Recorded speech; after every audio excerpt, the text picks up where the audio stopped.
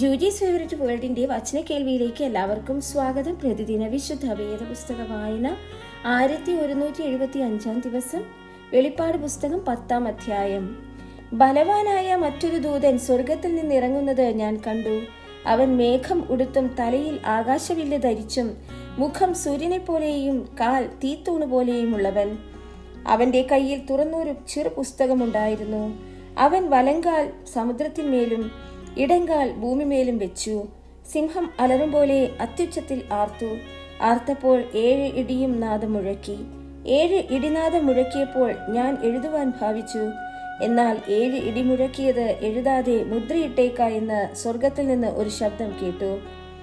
സമുദ്രത്തിന്മേലും ഭൂമിമേലും നിൽക്കുന്നവനായി ഞാൻ കണ്ട ദൂതൻ വലങ്കൈ ആകാശത്തേക്ക് ഉയർത്തി.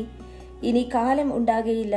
7ാമത്തെ ദൂതൻ കാഹളം ഊതുവാനിരിക്കുന്ന നാദത്തിന്റെ കാലത്ത് ദൈവത്തിന്റെ മർമ്മം അവൻ തന്റെ ദാസന്മാരായ പ്രവാചകന്മാർക്ക് അറിയിച്ചു കൊടുത്തതുപോലെ നിവൃത്തിയാകുമെന്ന് ആകാശവും അതിലുള്ളതും ഭൂമിയും അതിലുള്ളതും സമുദ്രവും അതിലുള്ളതും സൃഷ്ടിച്ചവനായി എന്നേക്കും ജീവിച്ചിരിക്കുന്നവനെ ചൊല്ലി സത്യം ചെയ്തു.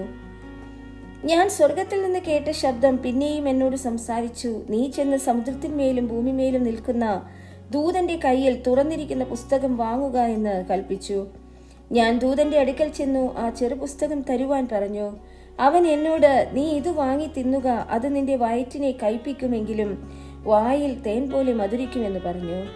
ഞാൻ ദൂതന്റെ കയ്യിൽ നിന്ന് ചെറു പുസ്തകം വാങ്ങി തിന്നു. അത് എന്റെ വായിൽ തേൻ പോലെ മധുരമായിരുന്നു. തിന്നു കഴിഞ്ഞപ്പോൾ എന്റെ വയറ് കയ്ച്ചുപോയി. അവൻ എന്നോട്, നീ ഇനിയും അനേകം വംശങ്ങളെയും ജാതികളെയും ഭാഷകളെയും രാജാക്കന്മാരെയും കുറിച്ച് പ്രവചിക്കേണ്ടി വരുമെന്ന് പറഞ്ഞു.